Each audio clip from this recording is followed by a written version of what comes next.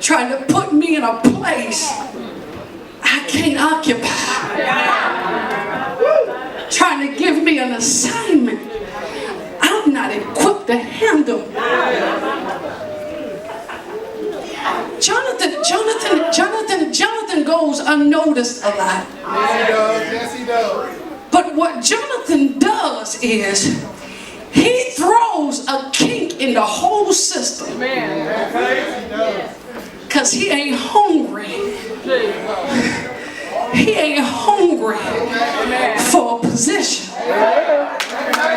Jonathan he throws a monkey wrench.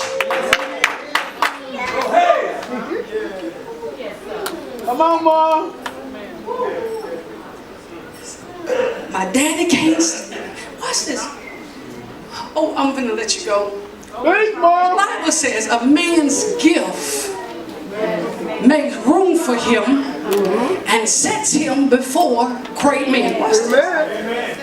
Listen at how this worked. David was just being who he was. He served. He fought when nobody else would fight. He took the front line when nobody else wanted to. We're talking about the Philistine giant. He did all of this. He served. He was out in the field. He wasn't worried about being in the forefront. He wasn't stuck up under his daddy. He was out there minding his business because of how he served. It set him before Saul.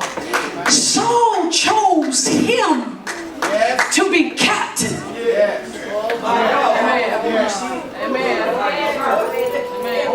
Because of how he served. Come on, Mom. His gift was serving. Yes.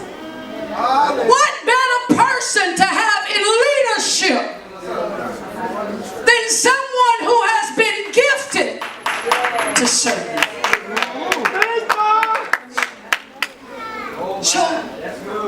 So he says, look, you will be king over Israel and I will be second to you. Amen. Even my father know this. Amen. Amen. My daddy know this. Go to 18. And this is what the word says. Verse 18. And they too made a covenant before the Lord. But look what happened.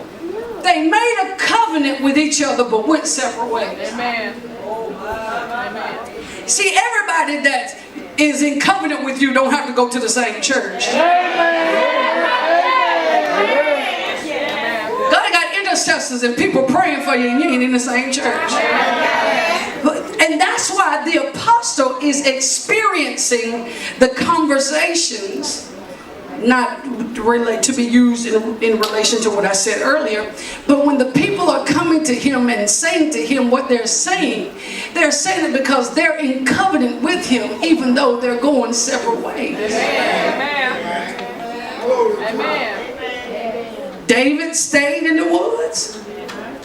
Jonathan went home. Amen. But there was still a covenant. Proverbs chapter number 27 in my closing, verse 17 and 18. Proverbs 27, verse 17 and 18. You can stand up because I'm about to close if you want to.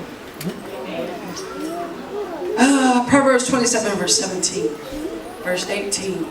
The word of God says this. It says, as iron sharpens iron. Amen. Amen. So one person sharpens another. Amen. Don't get happy. Verse 18 says, the one who guards a fig tree will eat its fruit. Amen. And whoever protects their master will be honored. Lord. Now, the emphasis that a lot of people place when reading this passage of scripture goes to verse 17. As iron sharpens iron, so one shall sharpen each other. But the one that I like, the verse that I like, is verse 18. And it simply says this: the one who guards the fig tree is going to eat his fruit. What you mean? The one who's willing.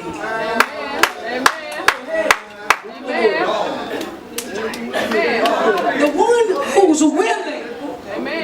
The one who's willing to protect the fig tree should be the ones that are able to turn around and eat from the fig tree.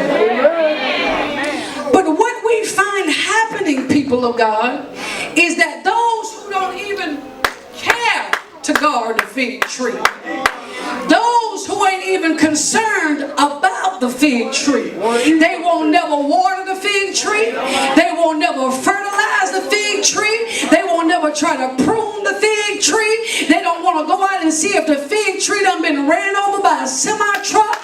They don't care. Those are the main ones. Come on. Pick off the tree. Pick off the tree. Thanks, Mom. Should not be so. The one who guards the fig tree should be eating of the fruit of the fig tree. Watch this. But then the latter part of that says this: and whoever protects their master. You ain't been protecting.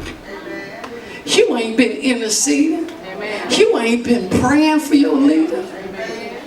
But you want honor. What's done in the dark is going to be brought to the light. What's done in the dark is going to be brought